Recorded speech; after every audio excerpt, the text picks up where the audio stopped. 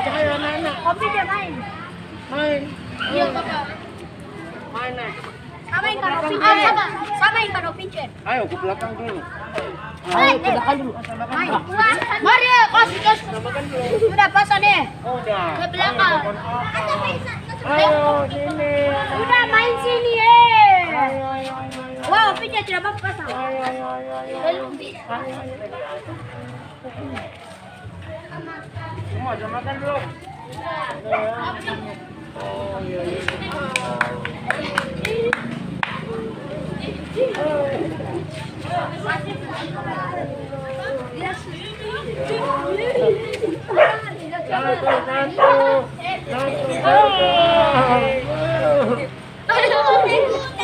Kamu di sini.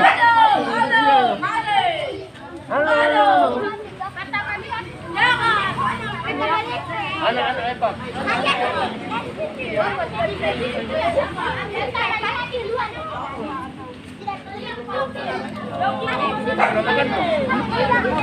Makan apa? Bubur.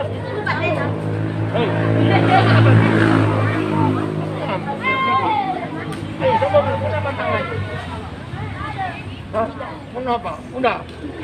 Oke, coba dulu. Belum. Oh. Udah. Oke, ayo masuk. Bisa. Ulang satu kali. 1, 2, 3. Pada hari Minggu turun air ke kota, naik dalam istimewa duduk di muka. Duduk sambil berkursi yang sedang bekerja, mengalirkan kuda supaya baik jalannya. Hei, tuk-tek-tek, tuk-tek-tek, tuk-tek-tek, tuk-tek-tek, tuk-tek-tek, suara sangat kuda. Tuk-tek-tek, tuk-tek-tek,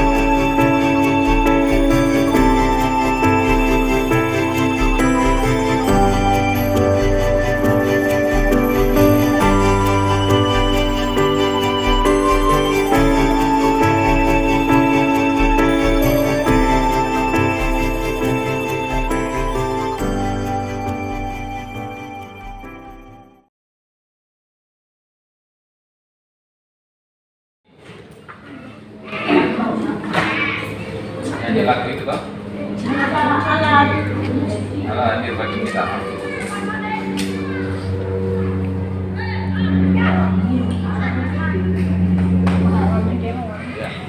Saya senang tinggal di asrama karena asrama saya bisa belajar yang baik.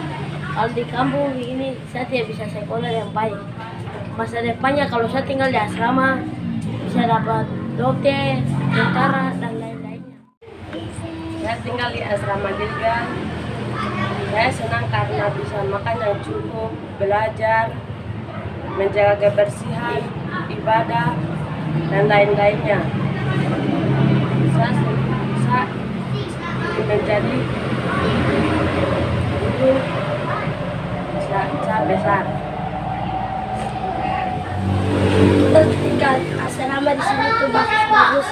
Kita setiap hari makan tidak siang dan dengan kakak dan teman-teman kita setiap hari berdua dengan ibadah dengan belayar. Kita ke sekolah lagi, kita berdua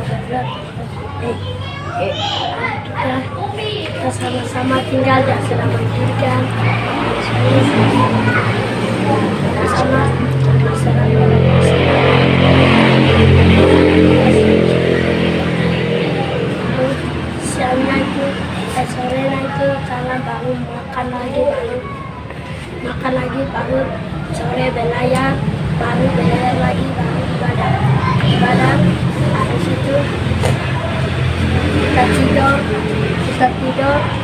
kita bilang besok pagi kita makan lagi, baru kita bersihkan lagi, baru kita sikat. Sedang menyiapkan makan siang buat anak-anak. Menunya hari ini tumis nangka muda dengan tahu giling dengan kerupuk dan ada es kelapa.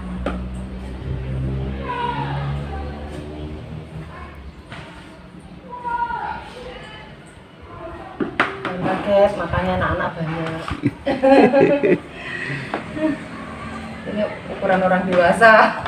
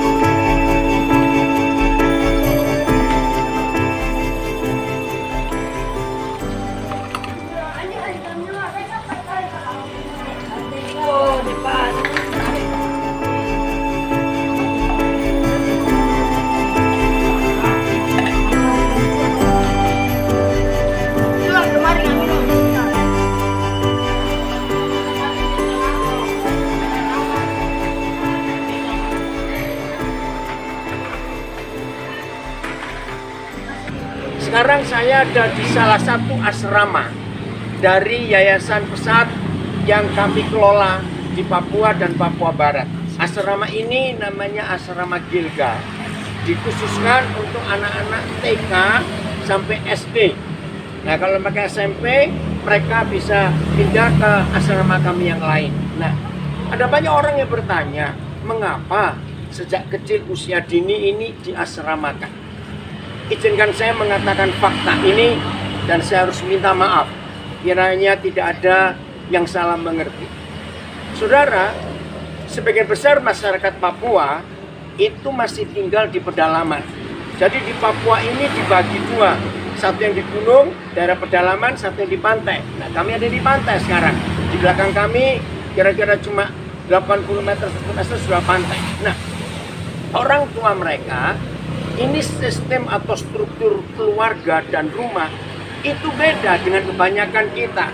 Contoh, maaf ya, adat masih berlaku di antara mereka ini yang di pedalaman ya. Kalau mereka punya banyak kekayaan, dan maaf, kekayaan mereka itu diukur dengan babinya berapa ekor. Seperti kalau kita di luar Papua, mobilnya berapa banyak. Nah, ini mereka. Karena adat mereka, kalau mereka punya kekayaan banyak, maka pria-pria apalagi kepala suku bisa menikah lebih dari satu istri. Nah, di situ sistem rumah tangga atau keluarga nggak kuat, ya. Jadi hubungan ayah dengan anak karena terlalu banyak nggak kuat. Nah, apalagi rumah-rumah mereka sebagian sampai hari ini namanya honai. Honai itu bentuknya bulat, nggak terlalu besar. Nah, mereka bedakan honai laki dan honai perempuan. Laki-laki tinggal dengan laki-laki kalau malam, ya. Terus kalau perempuan tinggal dengan anak-anak. Maka itu struktur rumah dan keluarga itu nggak kuat. Jadi buat mereka papa mama nggak cuma 2 orang, bisa lebih. Begitu pula dengan rumah. Rumah itu bukan tempat untuk mereka beraktivitas semuanya. Aktivitas mereka itu di alam. Jadi rumah itu hanya untuk tempat kalau malam itu tidur. Jadi sehari-hari mereka itu di alam. Ya, itu cara mereka. Nah, maka itu kami asramakan ini supaya anak-anak tahu keluarga itu apa, kata rumah itu apa. Dan sungguh hasilnya cukup baik. Salah satu dari generasi pertama kami yang di pedalaman tahun 97 kami buka itu, sekarang dia menjadi salah satu, menjadi satu-satunya anggota DPRD Papua yang termuda, yaitu anak dari kami. Nah, satu-satunya lembaga hukum, bantuan hukum di Nabire yang dimiliki oleh orang Papua asli juga anak-anak dari sekolah ini. Dan itu sungguh, dan banyak lagi yang lain kami nggak bisa cerita. Nah, ini yang kami kerjakan. Dan kami terus akan mengasramakan anak-anak sejak usia dini, sejak TK sampai mereka lulus SMA atau SMK.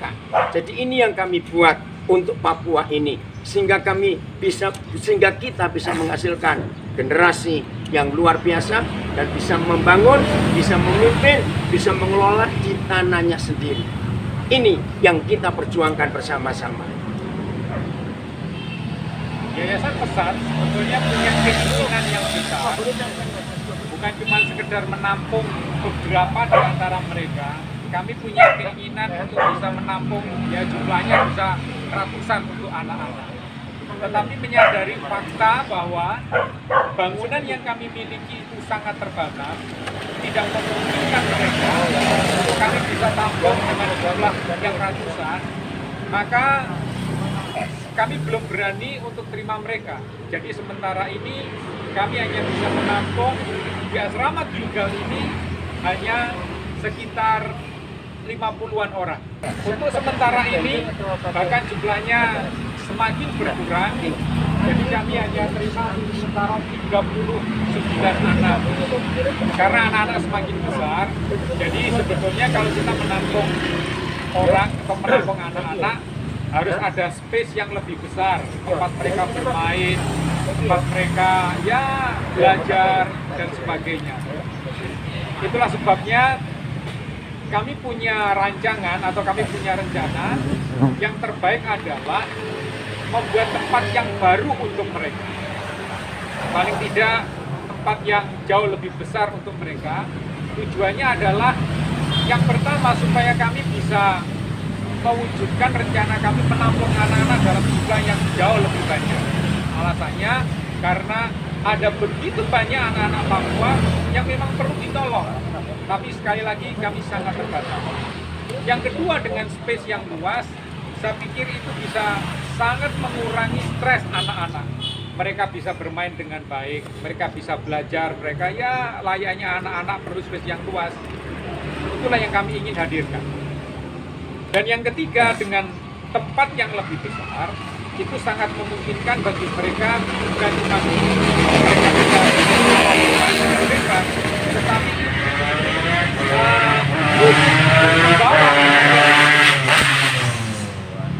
tingkat kesehatan mereka jauh akan lebih baik. Asrama Gilgal tepatnya terletak di Desa Kalibogo Nabire. Asrama ini satu kesatuan dengan pendidikan di bawah naungan Yayasan Pesat Nabire. Saya sebagai kepala asrama Gilgal ingin menjelaskan beberapa hal yang ada di asrama Gilgal.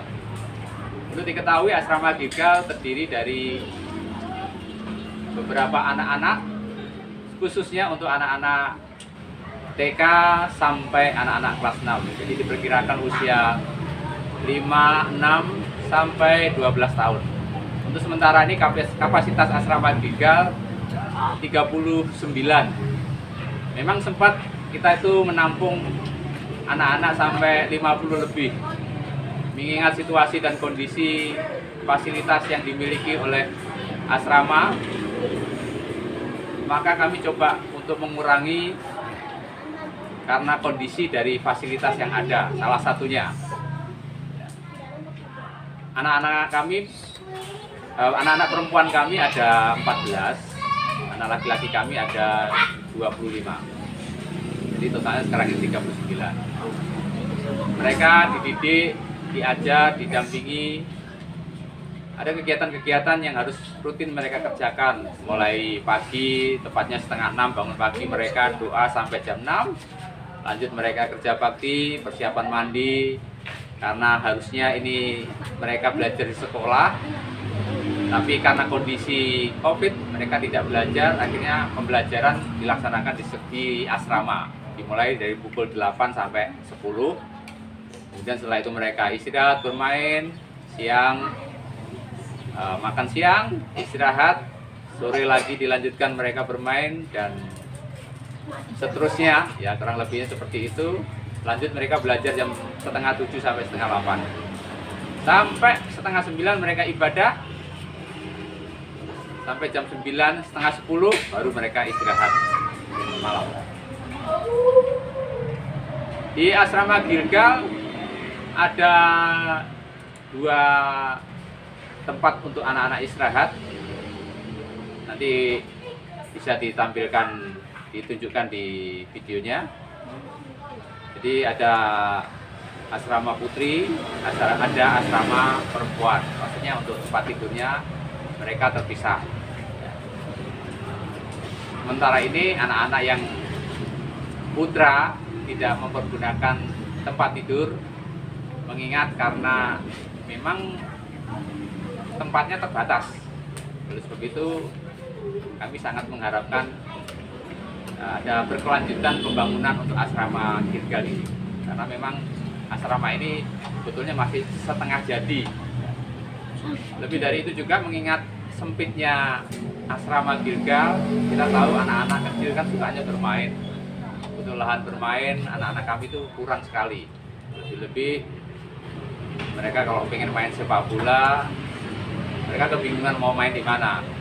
Ya, karena lokasi yang terbatas, akhirnya ya mereka main apa adanya, ya main kelereng, main kartu wayang, istilah mereka tuh ada macam kartu bergambar.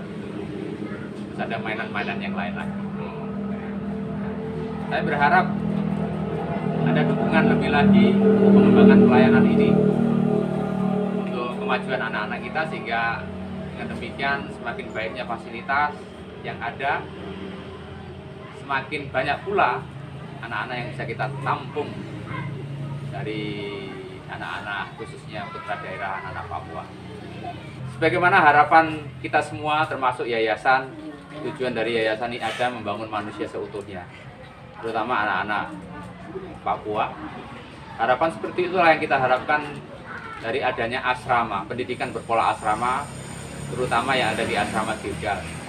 Mulai dari kecil, mereka diharapkan punya kepribadian, karakter yang baik. Selain itu, mereka juga pintar.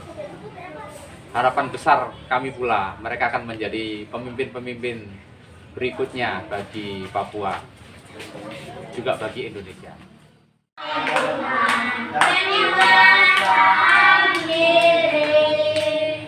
Ya, itu dia. Jadi kasih itu sabar. Bagaimana sabarnya? Betulnya bagaimana?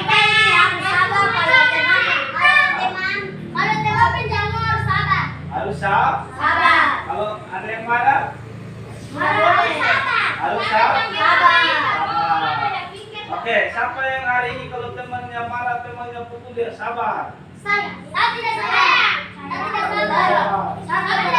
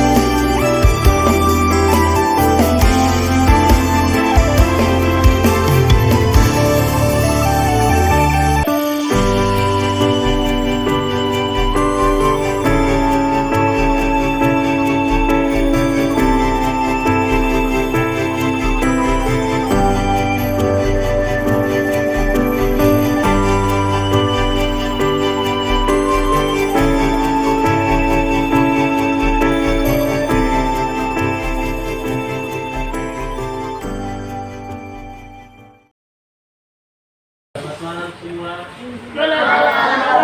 Selamat tidur. Terima kasih. Ya. Udah berdoa semua. Sudah.